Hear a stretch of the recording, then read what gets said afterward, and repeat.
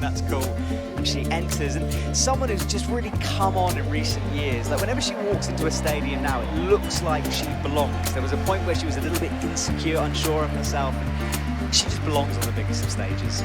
She sure does, and she is still only 19 years old, but she's very, very experienced. She's done so many World Cups. She's had a good year, I would say, maybe not as good as the previous year.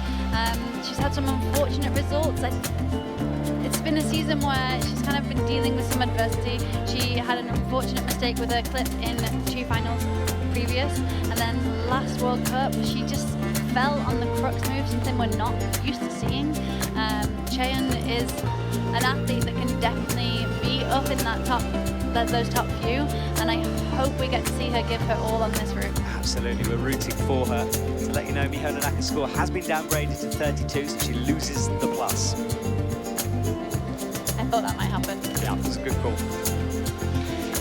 So she's through into the ghost holds now. Swings around, puts that right foot on the jib. You can see the scoreboard tucked in the same place now. We haven't got all the names listed on the left, but you can have an idea of where they are. Cheon opting to miss the far right yellow volume there, going with her own method. Yeah, true, different from her. And that's not snow falling, that's chalk and dust in the lights there. It's quite atmospheric. Our cameramen are loving those shots. It did look like snow. Oh, now that's different. She hit the side as an intermediate and bumped into the right, and now she will get stood up underneath. Cut it loose. The route setters were expecting them to wear her left toe and now take both hands and match as an undercut, and then you can roll to where her left hand is now. None of the athletes have done that yet. I feel like it's maybe not that obvious, but they're all making it work for them. The holds on this big black volume are relatively positive. They're not in cut, they're quite slopey, but they're good holds, and they're on a kind of flat surface. It's making them really work and get into the right body positions. It's really forcing them to be quite technical in their climbing through this section. Alright, Cheon hits the jump with ease, floats through that. Make sure the rope is in the right side for clipping. I think we saw a slight little smile there, maybe a smile of relief getting that jump out of the way so she can get into the meat of the route now. Yeah, I think the athletes know what a jump like that means. It's just to unsettle them, but we do see it happen. I mean, I said before, we see jumps being messed up like that, so. We saw a lot of big mistakes happen in the semi-finals for many athletes, so yeah, if you need a reminder that those can happen, check out the semi-finals. Exactly, just to hype the nerves for you guys watching back at home. I don't want you to have too much of a good time here watching the bottom of this route. Sweaty hands. Sorry, Cheon here, she was quite hesitant on the sequence. It looked like she wanted to cross to the second crimp and match. There wasn't enough space. The setters had blocked that in order to force the sequence. She came back down, made the bump again, and is now finding a bit of rhythm, it seems. But it did slow her down a little bit there. It did, didn't it? She's now makes that clip, and she begins this resistance section all the way to the right and all the way back to the left. A score of 27, aiming for 42.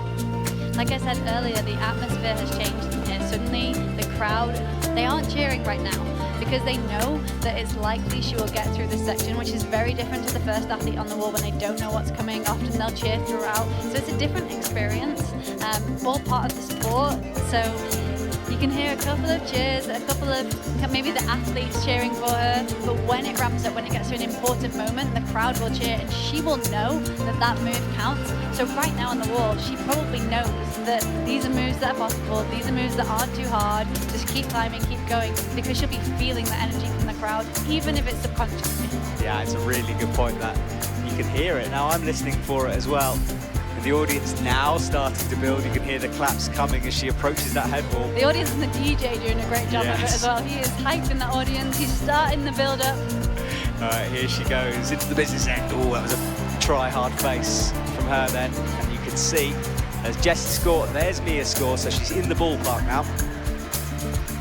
She looked to struggle with that move a little bit. It seems really powerful, quite far, but now she's able to rest and take a little moment to recover. And when she does, she's very relaxed. She has that ability to come back from pump. Shaking out those arms. Often you can see in an athlete's face where they're at pump-wise. So if they're grimacing when they're shaking, they aren't relaxed. They are struggling they are having to fight. We saw that she was very relaxed in her face. She didn't seem to be struggling too much, and I think we'll see her definitely get a few more moves out of this. Oh, she's rocking up on that heel, still looking confident. Has the 3 fingers on and a bump out with that thumb pinching. Nearing the point, look, she is moving into, she is now in first position, drawing a knee cramp, but due to count back, she will take the lead and now moves past that into 43. Climbing this sequence perfectly, just as the route setters intended, but an awkward clip here, having to reach all the way through off a terrible hold. You see her fingers, they're just on the volume, her thumb's on the thumb catch. She's going to cross under to a second thumb catch, opting to come back down, have a little shake, pose herself maybe. Yeah, she has had that moment. Now she needs to go left. She's made a slight tweak there, so instead of crossing under, she matched underneath with her right hand, which works so much better. She works the feet over, crosses through, but falls on that cross move onto the purple jib. She comes down, setting the new score though, and moves into the #1 spot. Yeah, just a few moves from the top, a really, really great climb. I hope she's happy with that. I hope she's coming down feeling tired. She seemed to start struggling in the midsection and then just kept it going. And we asked the setters, they said this is a resistance route, it's sustained climbing, it's gonna zap them, they're gonna come off feeling tired if they get that fight in. Sharon's evening is done, and a good high point from her. 4 athletes done now. Laura will be up next. Sharon just struggling with that knot a bit. We talked about it in the semi-finals, it can lock up a bit when they fall, so that's why she's having that moment. And let's watch it again. It's always so hard to undo, you know, when you're pumped, and I think it does mean that she is pumped, which is a good sign, and I hope she's happy with that performance. Yeah, she needed a confidence boost after those competitions previously, and I think she's got it from that. That was the jump down low. Immediately got the heel in order to shake out and rest. Really the only full resting point. And that was the fall at the top as she crossed into the purple jib. Up high, she leads with 47 plus, Mia Crumple 42, Jessie Piltz 39, and Miho Nanaka 30.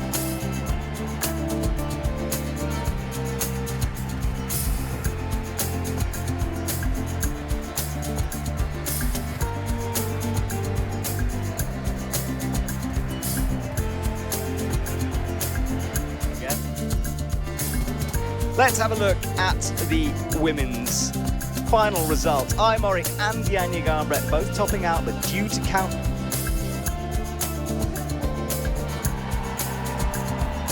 Shanso takes bronze.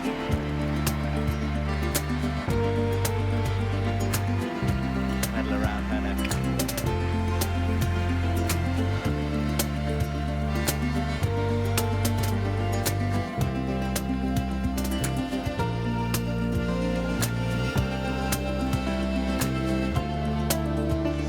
Янya'선수가, well, we used to see her win. The Янya'Ai battle goes on. Those 3 women, I tell you, they are some of the world's best, especially in terms of lead. Well, they are the world's best, literally.